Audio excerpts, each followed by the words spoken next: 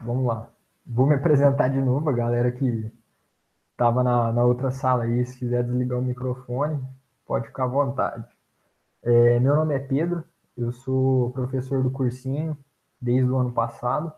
O passado foi meu primeiro ano e esse ano eu estou só com a disciplina de física. No passado eu dei matemática e física. Esse ano eu estou dando física, eu divido frente com o Eliseu, a gente dá a parte de elétrica. E de tudo que foi passado até hoje, eu vou retomar rapidamente aqui. A gente começou com a parte dos filósofos querendo descobrir qual era a menor unidade de matéria. E aí surgiu o nome de átomo, A, não e tomos divisão, então sem divisão. E aí eles começaram a estudar, descobriram propriedades elétricas da matéria, veio os modelos atômicos, cada um propondo a sua maneira como seria a menor unidade de matéria constituinte de todo o que existe no universo. E aí a gente estudou a parte de condutores e isolantes, distribuição de cargas para materiais em contato, tá joia? Estudamos também aí raios diferentes para esferas quando entram em contato. Vimos aí também a parte de força elétrica, lei de Coulomb, né? Aí o Eliseu já pegou a parte da segunda aula, começou com campo, partiu para a parte de potencial e depois energia potencial elétrica. Eu retomei novamente, a gente falou sobre blindagem eletrostática, campo elétrico nulo, condutores eletrizados em equilíbrio eletrostático, poder das pontas e outras, trabalho da força elétrica e outras propriedades, certo? Que são importantes para o que a gente vai entrar agora, que o Eliseu já entrou, né? A parte de eletrodinâmica, certo? Que é a carga elétrica em movimento. Galera que não assistiu a essas aulas, tá tudo no canal da CEMEC, né? Lá no CEMEC UFTM, no YouTube, certo? As aulas estão todas gravadas lá, inclusive as monitorias. Eu já comentei isso na sala anterior, mas quem entrou aí depois, tem o nosso Google Drive, que lá tem todas as aulas que só foram montadas em slides, né? E também tem a pasta de lista de exercício. Hoje mesmo eu coloquei a resolução da lista 1 completa. Ainda hoje eu vou colocar a resolução da lista 2 completa. Eu resolvi alguns exercícios da lista 1 na primeira monitoria, resolvi alguns exercícios da lista 2 na segunda monitoria. E tá tudo gravado, tá no YouTube. Eu deixei esse tempo sem postar a resolução para vocês tentarem, caso seja necessário. Já deu aí um bom tempo, acho que 3 semanas da monitoria, então já está na hora de postar para vocês conferirem o resultado de vocês. E caso esteja errado, me procurem, porque semana que vem tem monitoria comigo, ao vivo, beleza? Semana que vem, quarta-feira, às 17 horas, eu mando o link lá no grupo. Eu escolho às 17 horas porque quem quiser ficar na minha monitoria, até 6h30, 6h40 por aí, eu fico, se for necessário, certo? Tem monitoria às 6, quem quiser ir para a monitoria das 6, tranquilo, quem não quiser ficar na minha, tamo aí. Vamos aí para resolver exercício, tirar dúvida teórica. Tiro dúvida teórica e faço exercício, independente se é da lista atual ou das listas anteriores. Então, qualquer dúvida que você tiver, é só falar comigo, tá joia? Acho que de apresentação, para quem não me conhecia, era isso. Não sei se eu falei meu nome é Pedro. E a aula de hoje, para quem não assistiu, quem está meio perdido aí com a parte da matéria, que não viu a sequência que o Eliseu tá, tá tendo um com o outro, né? Hoje a gente vai falar da parte da eletrodinâmica, que é extremamente cobrada em Enem, principalmente. Todos os vestibulares pedem esse conteúdo assim com uma frequência absurda. E no Enem já teve ano que das 15 questões de física, a parte de ciência da natureza, as 15 questões reservadas à física, caíram 6 questões de elétrica e 6 questões referentes a isso que a gente vai ver hoje, tá joia? Então, vamos lá, vocês me dão um respaldo aí, porque é a primeira vez que eu estou fazendo aula ao vivo e é a primeira vez que eu uso esse recurso de apresentar a tela aqui no Drive. Drive não, no Meet.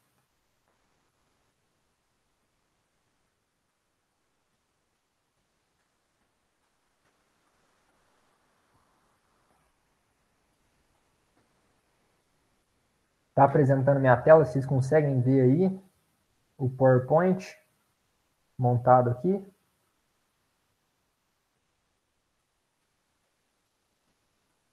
Sim, sim, tranquilo. Estão conseguindo me ouvir bem também? Tá tudo sossegado? Podemos começar?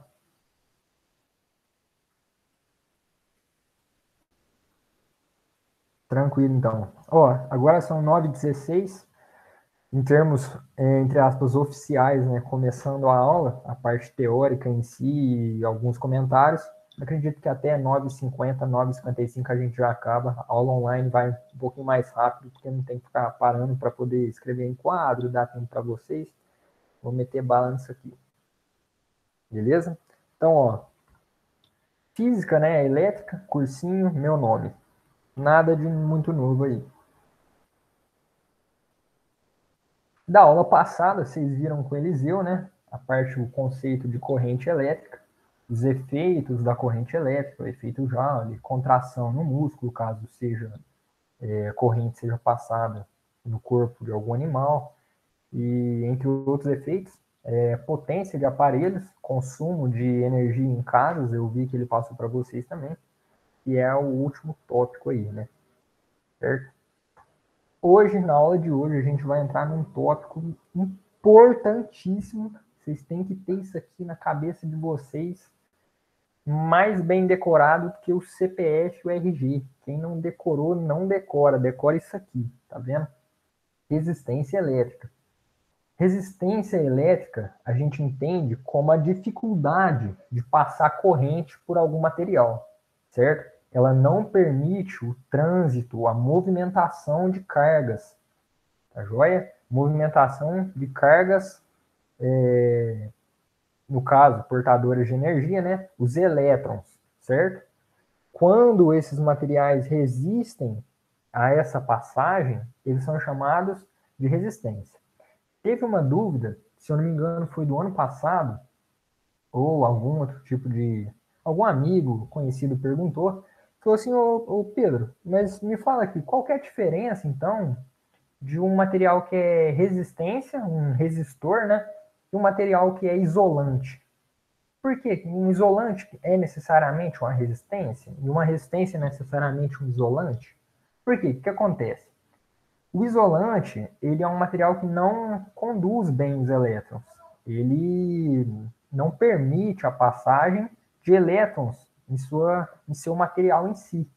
Então, você vai parar para pensar, você fala assim, oh, então, todo material que é isolante, ele é um resistor, e a recíproca, o resistor é isolante, é verdadeira? Não. Tem uma pequena diferença aí, é básica, só que difere de uma tal maneira. Por exemplo, a madeira é um isolante, perfeito isolante. Conduzir eletricidade pela madeira é dificílimo. Mas ela é um resistor? Não, justamente por quê? Porque não há mínima passagem de elétrons pela madeira. Então, o que seria a relação entre isolante e resistor? Um isolante é um resistor com uma resistência muito grande, absurdamente grande, é quase que infinita. Então, não há passagem nenhuma de corrente elétrica, não há passagem de elétrons por ela, certo? Então, quer dizer também, igual eu falei, a recíproca, um resistor é um isolante? Não. Por exemplo, os resistores que são usados em circuitos elétricos dentro dos nossos celulares, televisão, som, coisas do tipo, são micro. Alguém pediu para participar. Só um minuto. São micro não, são bem pequenos, certo? E eles são feitos basicamente de carbono. E aí você fala, o carbono ele resiste à passagem de corrente elétrica? Não, ele permite, mas em certa quantidade. Então ele não é um bom condutor a ponto de fluir elétrons livremente, pelo material, mas ele também não é um material isolante, que não passa nada de elétrons. Ele é um material que permite, mas controladamente, digamos assim. Tá joia? E aí que está uma coisa muito importante. Eu comentei nas aulas anteriores que a gente falou de potencial elétrico, que é o que faz ter movimento de cargas é a diferença de potencial, certo? Um material que ele é resistor, ele resiste à passagem de corrente elétrica, mesmo tendo uma diferença de potencial grande. Não quer dizer que, conforme eu aumentar a diferença de potencial, não vai ter maior passagem. Mas, se for em termos comparativos, ele resiste até certo ponto, como num gráfico, por exemplo, uma reta, e depois aquela reta ele passa a ser uma curva, passa a ser, por exemplo, exponencial. Então sai de uma reta que ele seria proporcional, né, conforme aumentasse a diferença de potencial elétrico, ele ia aumentando uma corrente que permitiria passar. Se aumenta a corrente, diminui a resistência, perdão. Diminui a resistência.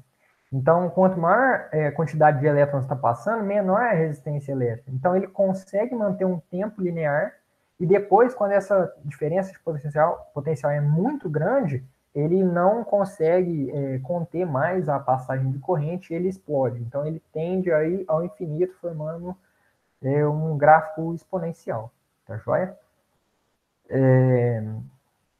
Aí, que eu falei, é utilizado em circuitos elétricos, função resistência à passagem de corrente.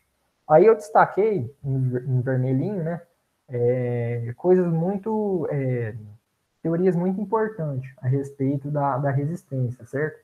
O valor da corrente, quando ele passa por uma resistência, ele não se altera. Durante todo o circuito, que a gente vai ver daqui uns slides para frente, o filamento que leva a corrente elétrica, eu comentei na segunda aula, se eu não me engano, na primeira, quando a gente falou bem específico sobre condutores, que os materiais utilizados nas casas para poder acender luz, ligar os nossos aparelhos na tomada é o quê? Cobre, fio de cobre. Porque o cobre é um bom condutor, certo? Então, ao longo de todo o fio de cobre, existe resistência do próprio fio, existe resistência de N fatores até chegar na nossa tomada. E quando a gente põe um aparelho na tomada, o aparelho tem uma resistência interna e, apesar disso, ele ainda consegue entrar no aparelho, fazer o funcionamento dele acontecer de modo perfeito e voltar à origem do circuito com a mesma intensidade da corrente, tá joia? O que altera é o potencial elétrico, tá joia? Você está vendo aqui, ó, o potencial elétrico aplicado nos terminais do resistor, ou seja, quando o resistor começa e quando o resistor termina, se ele está nesse intervalo aqui, quando você aplica um aparelho de medição, chama multímetro, ele mede tanto corrente quanto voltagem. Multímetro é a soma do amperímetro com o voltímetro. A gente vai ver mais para frente, que provavelmente deve ser o Eliseu que passa isso para vocês. Tá? Enfim, quando você mede os terminais desse resistor, a tensão total ela vai ser a soma de cada um dos resistores. Porque em cada resistor há perda do potencial elétrico.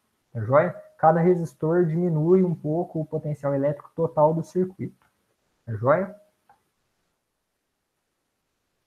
Galera, eu tô um pouco perdido aqui, porque se vocês tiverem dúvida e mandarem aqui, eu acho que eu não vou ver. Então, eu pedi para manter o microfone desligado, mas em caso de dúvida, pode me interromper, eu uso o microfone aí, porque eu não tô vendo o chat aqui, tá joia? Qual que é a função de um resistor? É tipo do chuveiro, não é? Qual é a função, você perguntou? Eu não ouvi direito. Isso. A função, o resistor em si, é isso que eu comentei. A função dele é resistir à passagem de corrente elétrica. O caso que você comentou, no caso do chuveiro, né? O resistor ele resiste à passagem da corrente elétrica no circuito integrado que tem dentro do chuveiro, que é um circuito extremamente simples, chega a tensão num fio, chega no outro fio, é o polo neutro, certo? E ele passa o filamento até chegar na resistência do chuveiro e volta para o outro fio. É básico, é simples, tá joia? Mas qual que é a função? O resistor, quando ele resiste à passagem de corrente elétrica, ele libera calor, que é o que o Eliseu falou, não sei quem perguntou, não viu o nome, vocês devem estar vendo só minha tela aí, então eu não estou tendo contato com o nome de vocês. Mas o resistor do chuveiro, quando ele resiste à passagem da corrente elétrica, ele sofre o efeito Joule, que foi o que eu ia comentar, que o Eliseu comentou. O efeito Joule, o que acontece? Um resistor, quando ele resiste muito fortemente à passagem de corrente elétrica, ele acaba por aquecer. Ele transforma a energia elétrica encontrada na corrente em energia térmica. E energia térmica é basicamente calor, certo? Então, o que acontece? A tensão que vem nos filamentos chega até a resistência do chuveiro. A resistência do chuveiro resiste à passagem da corrente elétrica e, como consequência, ele transforma a parte da energia que foi da corrente que foi barrada por ele em energia térmica. Ele transforma em energia elétrica em energia térmica. E essa energia térmica, o calor, basicamente dizendo, a água chega até o chuveiro e aquele calor é tão grande que ocorre uma troca de calor ali entre o mais quente para o mais frio, a primeira lei da termodinâmica. Ocorre sempre passagem do mais quente para o mais frio, e aquela resistência de tão quente que está consegue aquecer a água que chega quente para nós. Tá joia? Deu para entender aí?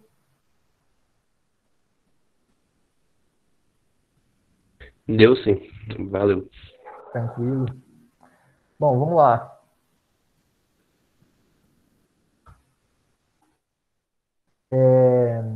Já comentei. E aí, quando a gente trata de resistores num circuito, a gente vai ter o que a gente chama, a nossa famosa, né, primeira lei de Ohm. Ohm foi um cientista, né, um estudioso que gostava muito da parte elétrica e ele foi um contribuinte muito grande para nós hoje em dia. Tudo que a gente conhece de parte de circuitos a gente pode aplicar tanto a primeira quanto a segunda lei de Ohm, que é válida, certo? E ele estudou durante muitos anos. Ele era um cara que pretendia ser professor de faculdade, só que os estudos dele não eram valorizados. Depois de uns 2 ou 3 anos, ele publicou um livro da parte elétrica que ele enunciava a primeira e a segunda lei de Ohm, que os cientistas da época reconheceram a importância do que ele estava enunciando ali. E aí deram um cargo para ele de professor universitário. Foi aí que ele atingiu a sua glória, quando ele tinha esse objetivo. Anos mais tarde, ele tornou até diretor da escola, ficou por 5 anos, foram os últimos 5 da vida dele. Mas o que nos importa é o que ele enunciou, tá joia? O cara era um estudioso de primeira, que ele conseguiu relacionar a dependência da resistência de um circuito com a tensão aplicada e a corrente que percorria esses filamentos do circuito, tá joia? E aí, segundo Ohm, a resistência ao fluxo de cargas era uma propriedade dos materiais. Cada material possui sua resistência e ele é encontrado num circuito elétrico fechado, que a gente estuda aí no ensino médio. Ele é dado pela relação de U com I, no qual U é a tensão, né? A voltagem, como alguns dizem aí, não é o termo mais correto, mas ainda assim é usado, ou diferença de potencial. Vocês se lembrarem aí de ensino médio, cursinho, das aulas anteriores até, a gente viu que VA menos VB, potencial elétrico de A menos potencial elétrico de B, dá a diferença de potencial, que é U, certo? Então, U sobre I, e vocês viram na aula passada com o Eliseu. Quem não viu, tá aí, é a corrente elétrica, dada em amperes, a tensão é dada em volts, e a resistência elétrica, se você fizer a divisão de U por I, dá V sobre A, volts por ampere, ou o que a gente chama de Ohm, tá joia? A primeira lei de Ohm Essa lei aí, R é igual a U sobre I, no qual a unidade de medida foi uma homenagem para o George Simon Ohm, tá joia? E aí tem uma dica simples e prática para vocês lembrarem dela na hora do vestibular. É muita fórmula e se você for gravar todas, vocês vão pirar. Então, para ficar muito mais fácil, chegou no vestibular, a primeira coisa que você faz, principalmente Enem, que adora a parte de elétrica, você vai desenhar esse triângulo aí, ó. U em cima, I na esquerda e R na direita. Quando você quiser achar o U, você vai pôr o dedo em cima dele. E aí o U nada mais vai ser do que I vezes R. Se você quiser achar o I, você vai pôr o dedo em cima do I. O que vai ficar? U sobre R. E quando você quiser achar o R, você vai pôr o dedo em cima dele, que vai dar U sobre I. Você vai achar as três fórmulas, as três maneiras de relacionar essas três variáveis de modo diferente. É claro, se você lembrar dessa equaçãozinha aqui, R é igual a U sobre I, você consegue manipular ela de qualquer jeito. Passa se multiplicando, você tem U é igual a R vezes I. Você consegue fazer qualquer tipo de manipulação com ela. Só que muitas vezes você não lembra a fórmula completa, você lembra só dos dados. Se você quiser decorar esse triângulozinho aí, fica às vezes mais fácil. Eu nunca fui muito adepto a decorar forma geométrica com letra dentro, mas é mais fácil lembrar a URI, se vocês quiserem, né? Inverte o I com o R aqui e lembra que é a fórmula do URI. Muitos professores usam como macete para a galera lembrar, tá joia? Essa relação só é válida para resistores que Ohm denominou como resistores ômicos. O que são esses resistores? São resistores que não variam sua resistência. Ou seja, você pode aumentar a tensão, você pode aumentar a corrente proporcionalmente, que vai manter o mesmo resultado. Se U e I, eles são proporcionais, a proporção entre eles é justamente o valor de R. Então, se U alterar I também, R tem que ser constante. Esse é o que a gente chama de resistor ômico. Eles não variam nas condições que eles são dados. Por exemplo, vou citar um contra-exemplo que já entra no nosso próximo tópico, que é os resistores não ômicos. Um resistor normal, um resistor comum, ele é ômico, ele é fixo o valor de sua resistência, porque ele está numa condição ambiente de temperatura, pressão, umidade, que é favorável para ele ser fixo, o seu valor, ele não ser variável, certo? Se você aquecer muito esse resistor, ele pode perder um pouco das suas propriedades de resistência. Se ele valia 10, se aqueceu ele muito, ele pode ir para 9, 8, dependendo da situação. Então depende das condições. Mesmo acontece se você resfriar muito um resistor. A partir do momento que você resfria muito um resistor, você perde aquela condição inicial dele de manter sua resistência constante, sendo o mesmo valor a todo momento. As condições que ele está determinam o seu valor. E aí é o que entra a parte de resistor não ômico. Todo resistor, na verdade, é não ômico. Só que durante uma faixa, um intervalo de condições, ele consegue se manter constante. Depois eu posso até colocar no Drive ou mandar no nosso grupo do WhatsApp um gráfico que representa. Ele nada mais é, eu vou sair um pouco aqui, eu deixei aberto o Paint. Eu sei que é arcaico, mas pode ser que ajude. Vou desenhar aqui, não reparem no meu desenho, está tudo sendo feito no mousepad, então vai sair bem torto. Não tanto, mas... Enfim, faz de conta que isso aqui é um eixo cartesiano. O resistor não ômico, na verdade todos, vou mudar de cor, ele é mais ou menos isso daqui, ó.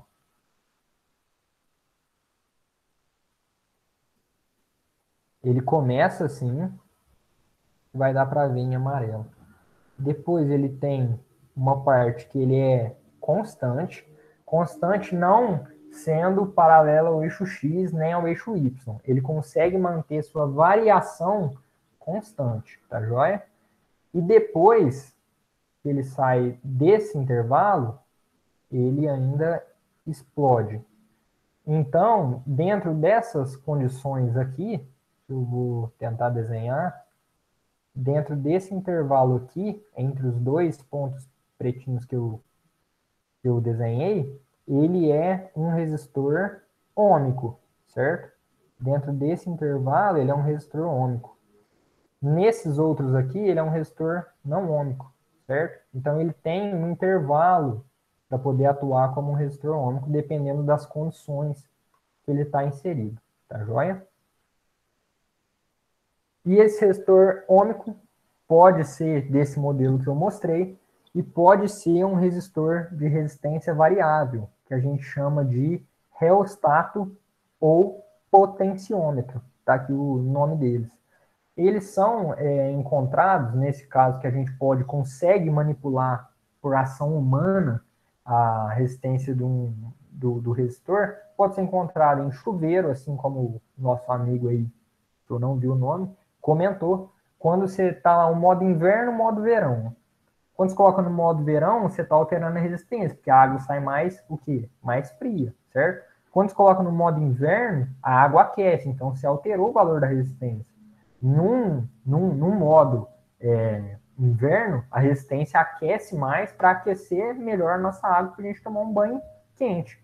Quando está no modo verão, a resistência ela não vai aquecer tanto a água. Então ela vai o quê? Diminuir seu valor. Se diminuir o valor da resistência, ela vai resistir menos à passagem de corrente, ela vai aquecer menos a água e o banho vai sair mais gelado, que é a função verão. Tá joia? Aí tem forno elétrico, você quer assar um bolo lá 100 graus, você assa. Você controla lá o botãozinho, ele vai aquecer até fazer 100 graus lá dentro. Se você quer assar ele a 300 graus, se o seu forno permitir, você vai ter que aumentar a resistência dele para poder gerar mais calor. E isso também é ventilador, aqueles ventiladores que tem o botãozinho para você controlar a velocidade dele. Conforme você aumenta ou diminui a velocidade, você está alterando o valor da resistência interna, tá joia? E tá aí o enunciado que pega um pouco entrando na parte da segunda lei de Ohm. Ohm, como eu disse, ele foi um estudioso da parte elétrica que ele foi um apaixonado em circuitos. E a contribuição dele, tanto da primeira e da segunda lei de Ohm, é vigente até hoje, ninguém desmentiu, então é um negócio de se admirar o quão influente esse cara foi. E ele enunciou uma outra relação que a gente consegue determinar a resistência não em relação do circuito, mas o circuito dá aquele valor de resistência para um resistor porque ele possui propriedades próprias do material que o permitem ter aquele tipo de resistência. Por exemplo, o resistor ele vai adquirir uma certa resistência dependendo do tamanho dele, da área da seção transversal, ou seja, quando você tem um resistor, você corta ele no meio, aquela área interna dele que você cortou, influencia se ela é maior, se ela é menor, e o comprimento do resistor. Isso enuncia a segunda lei de Ohm, tá joia? Segunda lei de Ohm nada mais é do que a relação entre a resistividade, que é uma propriedade de cada material. Isso aí podemos dizer que é uma constante, que cada material tem a sua, isso é dado, não tem como você descobrir, tá joia? A não ser que o exercício te dê as outras 3 variáveis e peça para descobrir a resistividade. Os demais vão te dar a resistividade, o comprimento do fio e a área.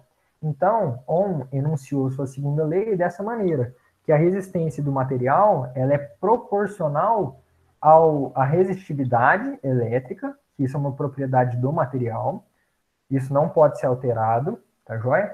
Ao comprimento do filamento de material, esse L aqui, cadê o cursor? Tá, eu não tô vendo, mas beleza. O L aí é o comprimento do filamento, que está no que é cada variável na fórmula, e o A é a área da seção transversal, tá joia? O cursor apareceu. O L é o comprimento e A a área da seção. Tá meio abstrato? Vamos para uma representação, tá? O que é? Então, esse aqui em amarelo é o nosso filamento.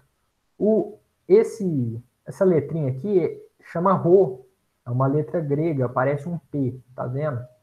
Ela só não é um P porque ela é meio curvadinha. Ó, ela tem uma pequena diferença com o P.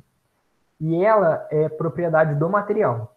A seção transversal, como eu disse, o que interessa para a gente é a área. É como se você partisse, cortasse esse filamento e pegasse a área dele, certo? A área do filamento que você cortou. E o comprimento nada mais é do que o valor de início do filamento aqui até o seu final, tá joia? Se relaciona essas três, duas, na verdade, variáveis e a propriedade do material, você acha a resistência dele, que você pode utilizar na primeira lei de Ohm para poder calcular a tensão ou a corrente de um circuito, se já te foi dado E, ou usar a tensão e a corrente para calcular o valor de E, tá joia? E aí a gente entra na parte de Então, volta potência. daqui um pouquinho ali pra mim. Só pra mim copiar o. Ó, se vocês não quiserem copiar, tá tranquilo, porque eu coloquei esse slide, eu já fiz o upload dele no Google Drive do cursinho. Então vai ter Beleza. tudo lá. Se quiserem, eu mando no grupo também o slide agora até. Mas quiser copiar, eu paro aí um pouquinho, algum tempinho. Deu certo já. Vou Deu passar. certo? Deu. Tranquilo. Vamos lá então. Potência, né? Deixa eu só encaminhar esse slide aqui lá no grupo, porque tá no Drive, às vezes nem todos têm acesso tão rápido. Tá no grupo já. Potência é uma grandeza física, tá joia? Que mede o trabalho realizado por uma partícula por cargas elétricas no intervalo de tempo. Isso aí o Eliseu já enunciou na aula anterior, tá joia? Nada mais é do que a taxa de transferência de energia pelo tempo. Aí eu coloquei como visto o trabalho da força elétrica é a variação de energia potencial. Então, quando a gente está medindo a potência em termos elétricas, a gente vai medir o trabalho realizado em relação ao tempo gasto. Tá joia? Tudo que a gente mede em relação ao tempo, a gente chama de taxa. Então, por exemplo, a gente vai medir a taxa de fluxo por tempo. O que isso dá? Vazão. A gente vai medir o fluxo de corrente, de carga por tempo. Isso dá a corrente. A taxa de não sei o que por tempo. Tá joia? Tudo que for em relação ao tempo é uma taxa. A gente sabe que a potência nada mais é do que uma relação, né, entre a energia e o tempo. Só que a gente também sabe que em elétrica, o trabalho da força elétrica é uma variação da energia potencial elétrica. Isso pode ser dado também pelo teorema trabalho-energia, seja na mecânica, seja na elétrica, na física. A energia vai ser igual à variação do trabalho, tá joia? Só que a gente viu aqui em elétrica que o trabalho pode ser dado pela diferença de potencial entre dois pontos, que eu chamei de A e B, vezes a carga elétrica que foi utilizada, certo? Dada aí pelo trabalho da força elétrica que a gente viu. Então, se a gente substituir, se o trabalho, né, é igual a Q vezes U, e o trabalho é igual a E, na verdade, E é igual a Q vezes U. Então, nessa primeira fórmula da potência que a gente mais conhece aí, apresentada pelo Eliseu, eu vou substituir Q vezes U nela e vai dar essa equação que eu numerei ela de 1. Q vezes U sobre T.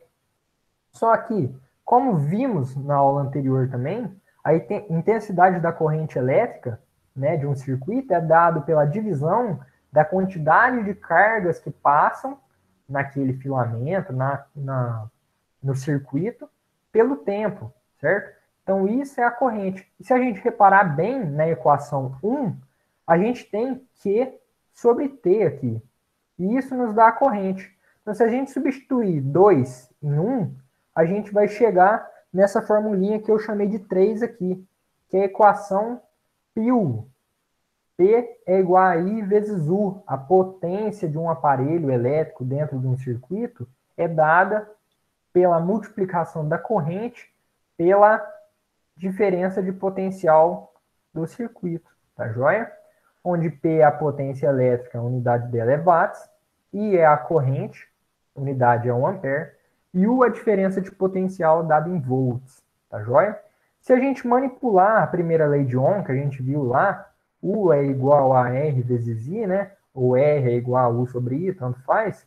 Se a gente conseguir manipular ela direitinho, a gente vai chegar em outras duas maneiras de determinar a potência também em função de outras variáveis. Por exemplo, essa da equação que eu numerei de 3, a potência está em função de I e U. Se o exercício não te der I, como é que você faz? Mas te der a resistência. Você vai usar essa primeira aqui, ó. Potência é igual a U ao quadrado, a diferença de potência ao quadrado, sobre a resistência elétrica do circuito, tá joia?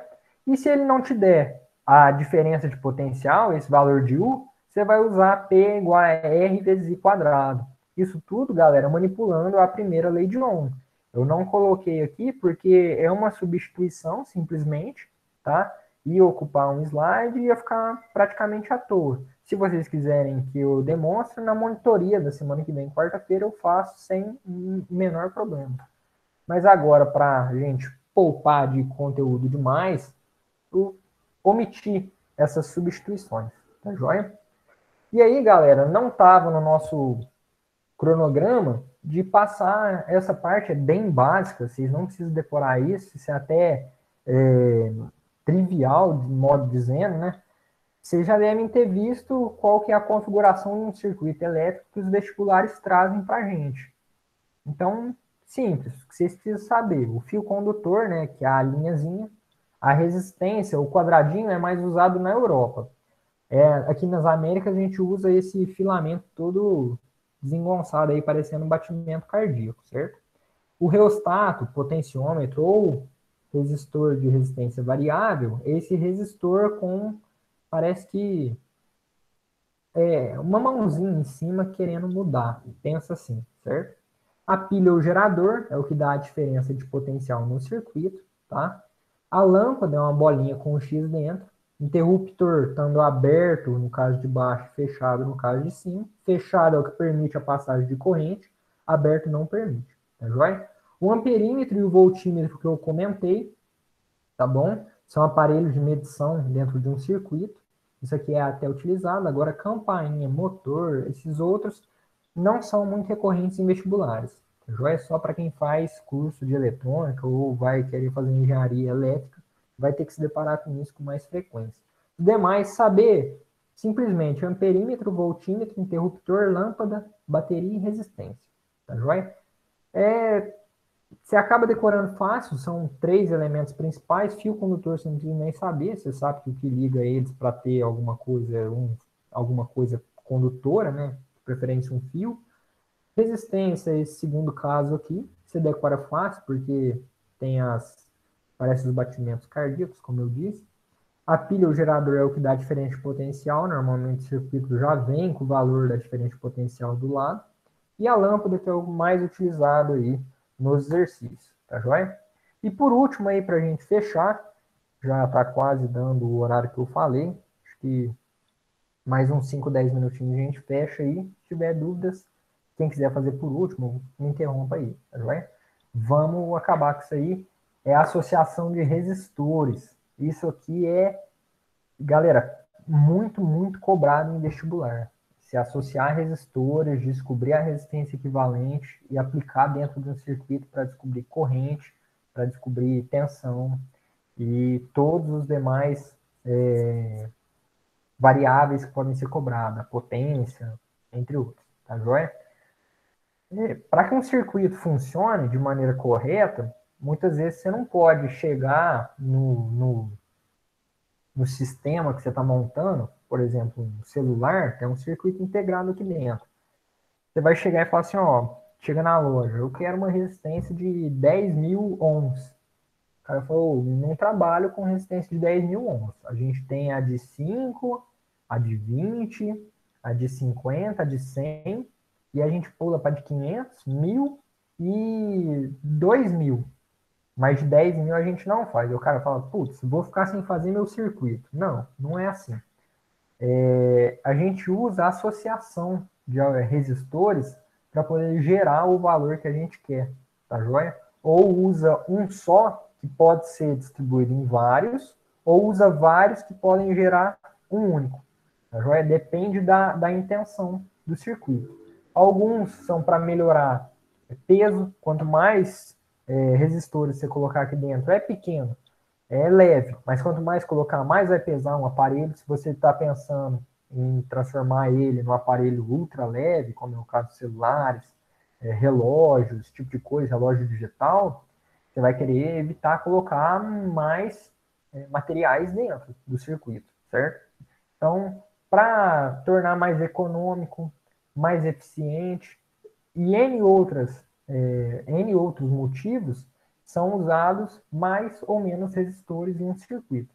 E aí, para você atingir o valor que você quer, você precisa associar, já que no mercado não há valores que podem ser atingidos. Claro que os valores que eu falei são exemplos, eu não estou recordando aqui agora quais valores existem no mercado, tá joia?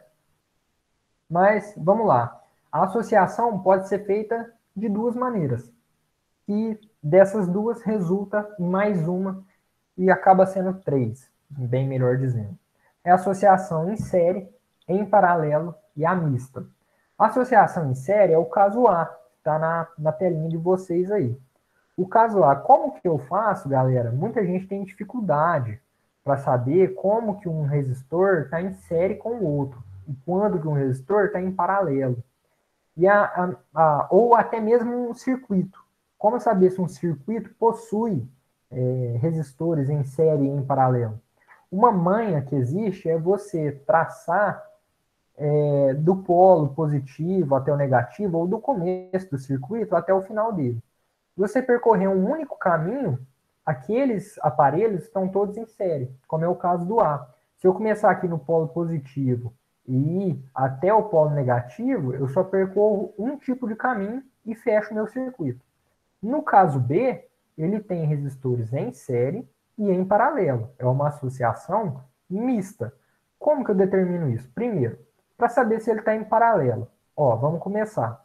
Você começa na parte positiva, ou no início, onde você quiser, e vai tentar fechar o circuito. Chega aqui, neste ponto, você tem uma bifurcação. Você pode tanto descer para esse R2, ou você pode ir em direção a R3.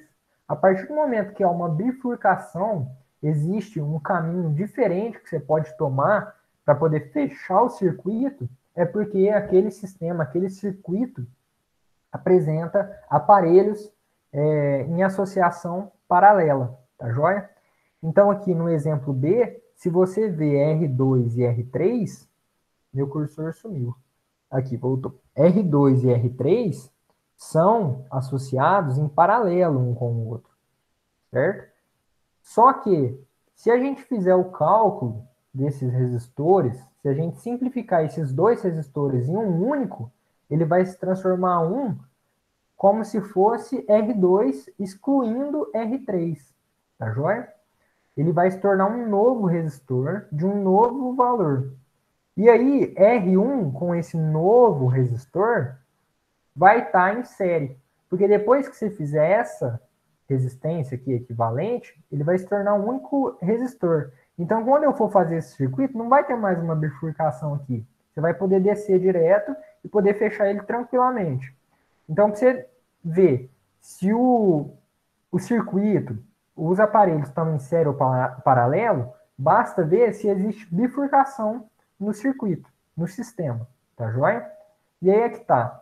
Você tem associação em paralelo, quando há esse tipo de bifurcação. Você tem associação em série, que quando não há, você fecha o sistema com uma simples ligação. Quando acontece de ter associação em paralelo, ao mesmo tempo da associação em série com outros resistores, você tem o que a gente chama de associação mista, tá joia? E aí tem algumas propriedades que é bom saber. Na monitoria a gente vai fazer exercício sobre isso, tá joia? Eu não quis colocar no slide porque eu achei que ia carregar demais nossa aula, mas são teorias que podem ser aplicadas na prática tranquilamente. Se você entender a teoria, eu acho que é mais fácil de aplicar depois do que aprender com exemplo, aprender com prática, mas a gente pode fazer isso também, tá? A associação em série é usada para manter o valor da corrente constante, tá joia? e diminuir a tensão aplicada em cada elemento do circuito, tá? Dentre os resistores, os aparelhos do circuito. A associação em paralelo a gente usa para dividir o valor da corrente, porque, como eu disse, a gente tem uma bifurcação.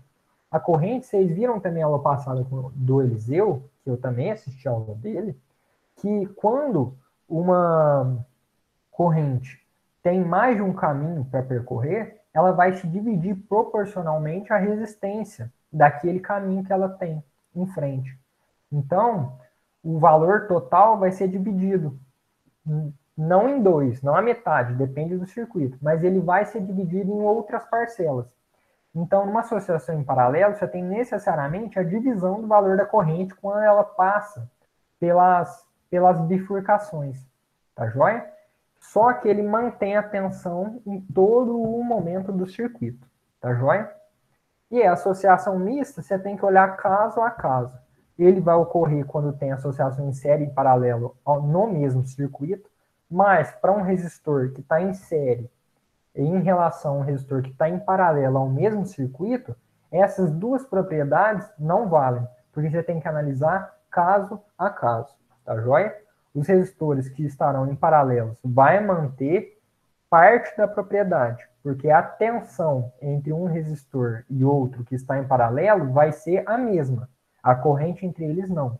Mas a corrente que entra no circuito tem que ser a mesma que sai. Então, o que passa no primeiro resistor não vai ser dos outros dois em paralelo, os outros três dos resistores em paralelo. Mas assim que sair da associação paralela, ela vai ter que ter o mesmo valor da corrente inicial.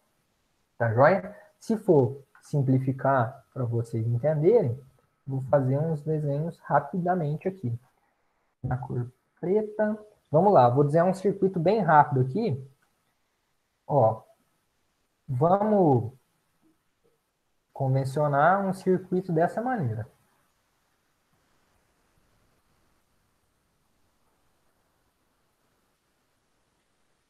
A gente tem o primeiro resistor ali e a gente encontrou uma bifurcação, tá?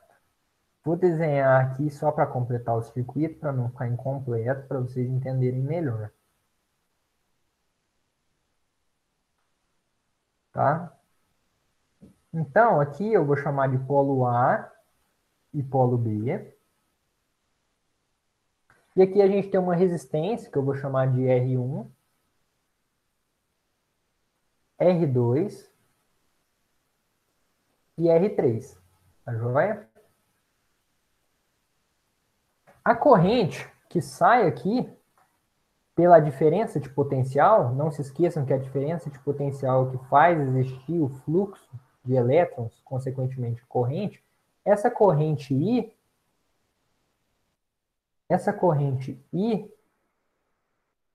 ela vai chegar nesse resistor R1 com um valor, certo? Quando ela chegar nesse ponto aqui, ela vai ter que se dividir. Isso a gente vai ver daqui uns dias, chama lei de Kirchhoff. Primeira lei de Kirchhoff. A lei, não, acho que é a segunda, a lei dos nós. E quando encontra um nó, uma bifurcação, a corrente, que era I, vai se bifurcar agora e vai se dividir. Vou chamar essa corrente aqui de I1. Quando chegar aqui, ela vai virar I2. E para esse outro aqui, vai ser I3. Tá joia? Então, o valor da corrente que passa pelo R1 é um valor, que passa pelo R2 é outro, que passa por R3 é outro.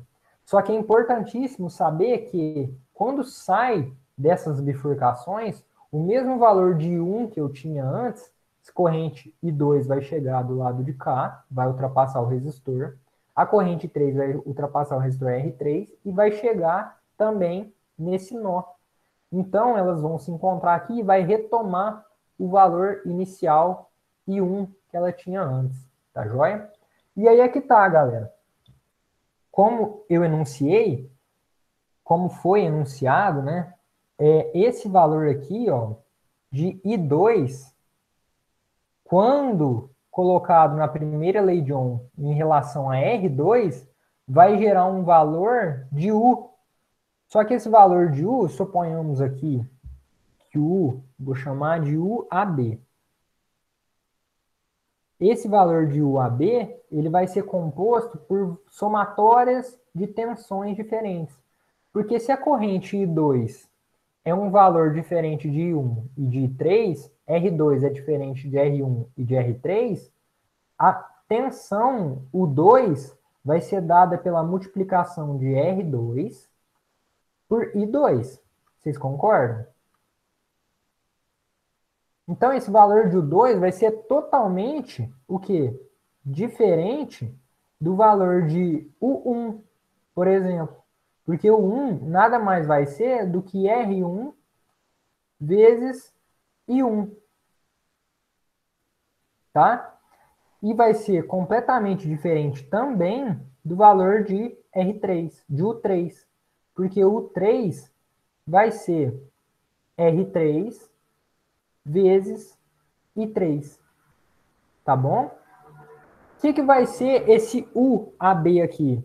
Nada mais vai ser do que a somatória de U1 mais U2 mais U3. Certo? Basicamente, galera, é isso. A diferença vai estar nesses enunciados em relação a resistores em série e em paralelo. Tá bom? Saibam isso daqui. A associação em paralelo divide o valor da corrente, mas ela mantém a tensão aplicada no circuito. A associação em série vai manter o valor da corrente e vai diminuir a tensão. Tá joia? Para acabar, como faz para calcular nos casos de resistência em série e em paralelo? Resistência equivalente, assim como eu disse, nada mais é do que uma maneira de calcular todas aquelas pequenas resistências para dar uma de valor maior, ou pegar de valor maior e distribuir em várias, tá bom? Então, para chegar num valor de resistência equivalente, seria como num circuito, igual aquele que eu desenhei de 3 resistores, a gente resumisse os 3 resistores em um só. E aí existem maneiras da gente calcular as resistências para resistores que estão em paralelo e resistores que estão em série. São maneiras diferentes de calcular, tá? Para calcular resistores em série, a gente vai fazer simplesmente uma soma algébrica entre os resistores. Então, por exemplo, para eu calcular a resistência equivalente, a resistência total de um circuito que está puramente em série, basta eu somar o valor das resistências do circuito. Para calcular um circuito que tem unicamente resistores em paralelo, você vai ter que fazer a soma dos inversos das resistências, tá? Como que funciona? 1 sobre a resistência equivalente vai ser igual a 1 sobre resistência 1 mais 1 sobre a resistência 2. É a soma dos inversos, tá? Eu não quis demonstrar o porquê isso porque a gente perde uns 10 minutos demonstrando aqui fazendo esse tipo de aula. Se fosse em sala, faria bem mais rápido. Mas na monitoria, se vocês quiserem, eu faço, tá? A questão é, saibam calcular resistência equivalente, porque quando você acha resistência equivalente, basta você aplicar a primeira lei de Ohm para um resistor e você descobre tudo que você quiser daquele circuito. Tá joia? A resistência equivalente, ela é muito útil para a gente, tá? Porque naquele exemplo ali que eu dei, do desenho aqui, o que a gente teria que fazer primeiro? Qual que é mais fácil de descobrir? Se associar, se calcular uma resistência em série com 2 em paralelo, fazer primeiro a em série somado com a soma dos inversos, ou fazer a soma dos inversos mais a resistência em série com eles?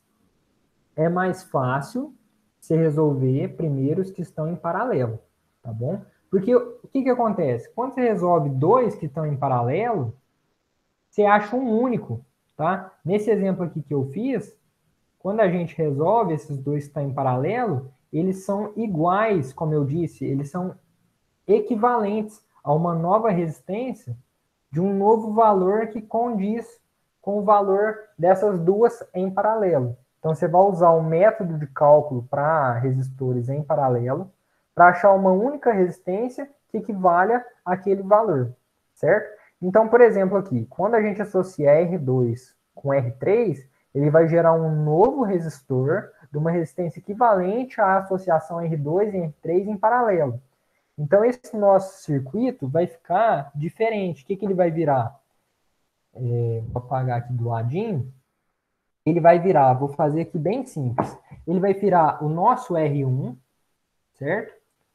Com uma nova resistência, que é a associação, vou chamar ela de R equivalente, da associação de 2, saiu grande, da associação de 2 com 3, tá joia? Vou colocar uma vírgula ali para vocês não confundir com 23. Então, ela é a associação de R2 com R3. Se vocês fizeram, vão fazer na listinha o cálculo e vão achar o valor da resistência equivalente num circuito que possui resistores em paralelo. E aí, vocês vão simplesmente fazer uma nova resistência equivalente desse novo circuito, entre aspas, que surgiu aqui, que ele nada mais é do que uma ligação em série, tá vendo? Que não há mais uma bifurcação aqui igual tinha antes, ó. Aqui tinha uma bifurcação, agora não tem mais. Porque você já achou um valor equivalente de R2 e de R3 associados. Então, se você achar uma resistência equivalente total desse circuito que eu desenhei aqui, você vai ter unicamente que resolver R2 com R3 e somar o resultado com R1. Então, fica R1 mais a resistência equivalente de R2 com 3. Tá joia? É isso. Vocês vão resolver os resistores que estão em paralelo primeiro, para depois calcular a resistência total somando com aqueles que estão em série. Tá joia? Galera, se não me engano, este é o nosso último slide da apresentação. O slide já está disponível no Drive, tá bom? Coloquei lá, mandei no nosso grupo do cursinho também, dos alunos. Vou postar a resolução da lista 2 em PDF ainda hoje, assim que a gente acabar aqui, eu já posto. E vou mandar, provavelmente hoje, bem mais tarde, ou amanhã de manhã, a listinha de exercícios referente à aula de hoje.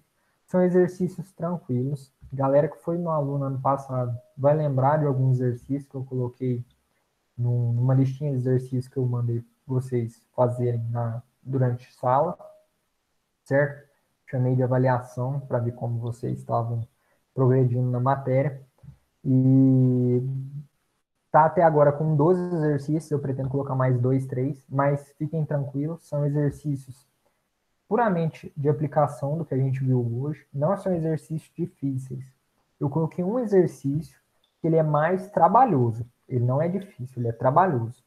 Vai dar números quebrados, mas números quebrados, grosso modo dizendo, quebrado inteiro.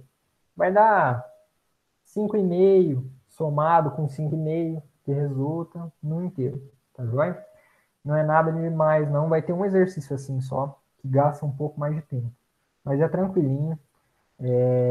Se tiverem dúvidas, pode me procurar no WhatsApp, no privado, no grupo, onde vocês quiserem. Tirem a dúvida de vocês. Se ficou alguma coisa mal entendida, me procurem.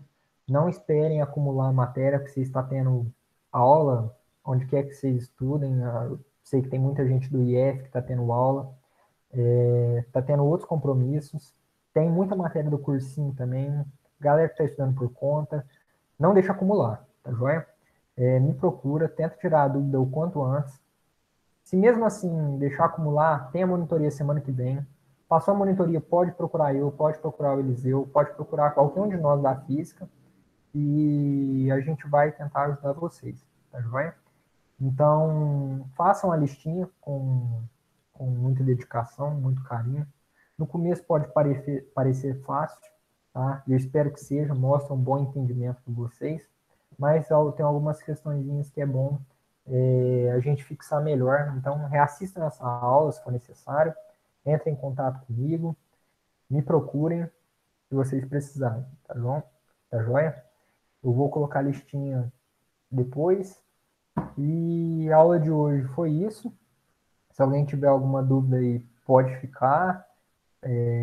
De conteúdo mesmo acabou. Se tiver alguma dúvida, é o momento para estar se manifestando.